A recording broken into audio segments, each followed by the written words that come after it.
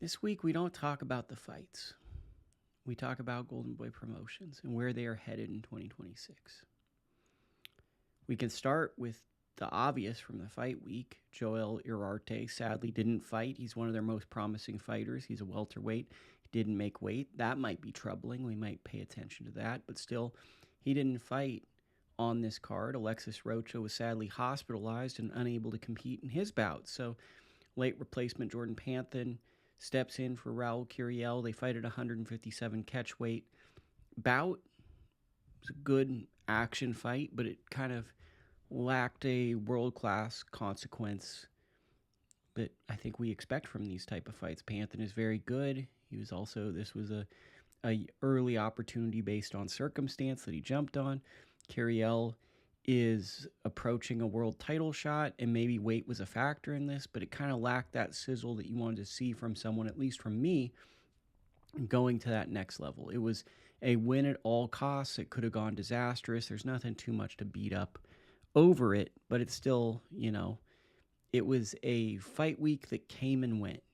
And then we get reports from Dan Rafael, the veteran and expert boxing reporter, that potentially this was a one and done, that Golden Boy's deal with the zone is over.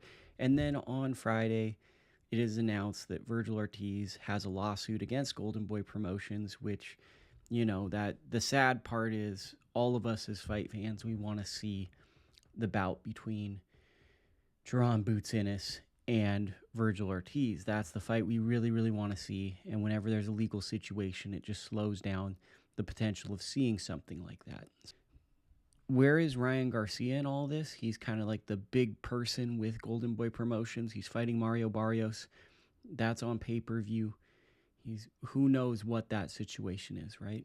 And now, who knows if Vergil Ortiz even fights this year based on everything that's going on. So, coming out of this fight week, normally I'm a stick to the fights guy. But now I'm starting to wonder where it is Golden Boy Promotions in the landscape of boxing. I know about 2011, 2012, they made some of the most consequential and interesting fights out, especially when I first got into covering boxing.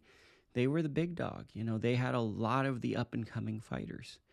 Now you have to look, and there's always reinvention about this period. 10 years, 05, 2015. Now it's 2026, 2025, 2026. There's always reinvention. And that reinvention is Zuffa Boxing. And Zuffa Boxing's coming. They signed Jay Apataya, one of the most underrated fighters in all of boxing. He's a very good fighter. And it makes you wonder. Where will Golden Boy be at the end of the year? Are they going to be perceived as one of the top fight promotions?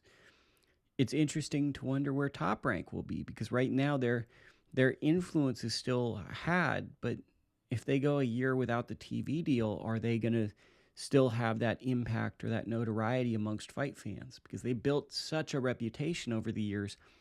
It's going to take some time for people to not, if they don't have a TV deal, to not think of them as one of the big dogs. Same can be said for Golden Boy, right? Because Oscar has such a big social media presence. He does content on Thursdays, Clapback Thursday. But the landscape and network deals are changing. Where does this, I think that in closing, we're starting January, a lot of things are changing. But where does Golden Boy Promotions sit in the sport in July? Where does it sit in December? I'm curious to get your thoughts. I don't really have answers, but I think it's something we're going to reflect on a lot this year is, where do these promoters stand?